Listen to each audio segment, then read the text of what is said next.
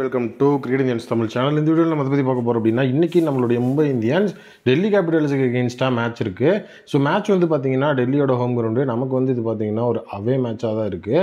So ரொம்ப வந்துட்டு ஒரு நீட்டான இடத்துல வந்து டெல்லி அன்பீட்டனாக நிற்கிறாங்க. அதே நேரம் எம்ஐ கண்டிப்பாக இந்த இடத்துல வந்து பார்த்திங்கன்னா ஒரு மிகப்பெரிய லெவலில் பெர்ஃபார்ம் பண்ணணும் அப்படின்ற ஒரு சுச்சுவேஷன் இருக்குது. வெற்றி பெற்றே ஆகணும் அப்படிங்கிற ஒரு சுச்சுவேஷன் கண்டிப்பாக அந்த இடத்துல நம்மக்கிட்ட இருக்குது.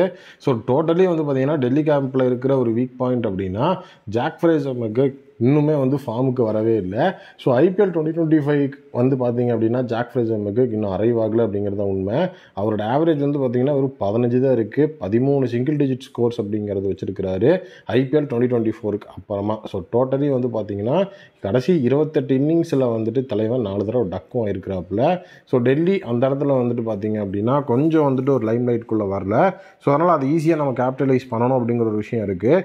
தீபக் சகர் கண்டிப்பாக அந்த வேலையை பார்த்தாகணும். ஸோ பவுலிங் பொறுத்த வரைக்கும், ஸோ மும்பையை பொறுத்த வரைக்கும் பவுலிங் ஒரு மிகப்பெரிய கன்சர்னாக இருந்திருக்கு. பவர் பிளே ஆவரேஜ்லாம் 51.83 இருக்குது. ஸோ ஐபிஎல் 2025ஓட second worst power play average. So அது மட்டும் இல்லாமல் வந்து டெல்லியெலாம் பார்த்தீங்கன்னா வெறும் 27 அப்படிங்கிற விஷயம் தான் இருக்குது. ஸோ பும்ராவோட ஆப்சன்ஸ்னால தான் வந்துட்டு பவுலிங் இந்த மாதிரி இருக்குன்னு சொல்லிட்டு இருந்தோம். பட் பும்ரா உள்ளே வந்ததுக்கப்புறமும் பவுலிங் பெரிய லெவலில் வந்துட்டு சேஞ்ச் ஆகலை. இன்றைக்கி பும்ரா ஒரு மிகப்பெரிய லெவலில் ஒரு மேஜிக்கல் ஸ்பெல் போட்டே ஆகணும். ஏன்னா லாஸ்ட் மேட்ச் வந்துட்டு அவர் வந்து கம்பேக் மேட்சாக உள்ள வந்து விக்கெட்ஸ் எடுக்கல. இந்த தடவை கண்டிப்பாக வந்து பார்த்திங்கன்னா அவர் வேறு லெவலில் வந்து விக்கெட் எடுக்கணும். ஸோ டெல்லியை பொறுத்த வரைக்கும் கண்டிப்பாக அன்பீட்டன் சைடு நம்ம ஃபேஸ் பண்ணுறோம் அப்படிங்கிறதும் ஒரு விஷயந்தான். ஸோ அது மட்டும் இல்லாமல் இந்த பிச்சை பொறுத்த வரைக்கும் ஒரு பேட்டிங் ஃப்ரெண்ட்லி அப்படிங்கிற ஒரு விஷயமாக தான் இருக்குது. பவுலிங் யூனிட் கண்டிப்பாக வந்து பார்த்திங்க அப்படின்னா அந்த இடத்துல ஒரு மிகப்பெரிய ஒர்க் அப்படிங்கிறத பண்ணி ஆகணும்.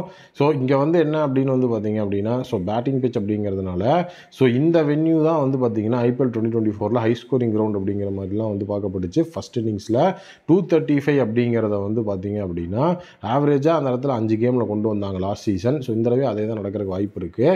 ஹெட் டு ஹெட்டை பொறுத்த வரைக்கும் எம்ஐ வந்து 19 மேட்சையும் டிசி 16 மேட்சையும் வின் பண்ணியிருக்காங்க அவங்களுடைய 35 மேட்சஸில். ஸோ நெக் டு நெக் நல்ல ஒரு ரெக்கார்டு இருக்குது. ஸோ அதே நேரம் 2022 எடுத்து வச்சு பார்த்தீங்க அப்படின்னா ஸோ நம்மளோட எம்ஐ 3 மேட்சையும் டெல்லி 2 மேட்சையும் வின் பண்ணியிருக்காங்க.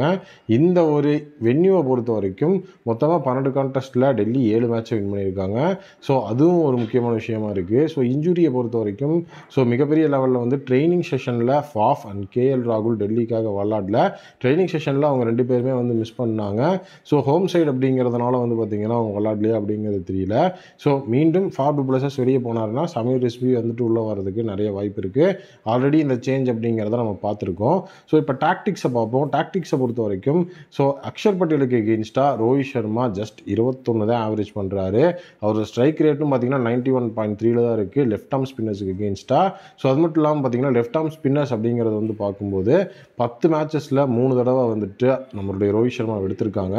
ஸோ அது மட்டும் இல்லாமல் அக்ஷர் பட்டேல் அப்போ பவர் பிளேக்குள்ளேயே வந்து ஓவர் போடுறதுக்கு நிறையவே வாய்ப்பு இருக்குது. ஸோ அது மட்டும் இல்லாமல் ரோஹித் சர்மா வந்து பார்த்தீங்க அப்படின்னா லெஃப்ட் ஆர்ம் பேசர்ஸ்க்கு எகெயின்ஸ்டாகவும் ஒரு சின்ன ஸ்ட்ரகிளை ஃபேஸ் பண்ணியிருக்கிறதுனால so Mitchell Starc and Axar Patel இன்றைக்கான பவர் பிளேயில் டெல்லி கேபிட்டல்ஸ்க்கு ஒரு வாட்ச் அவுட்டாக இருப்பாங்க.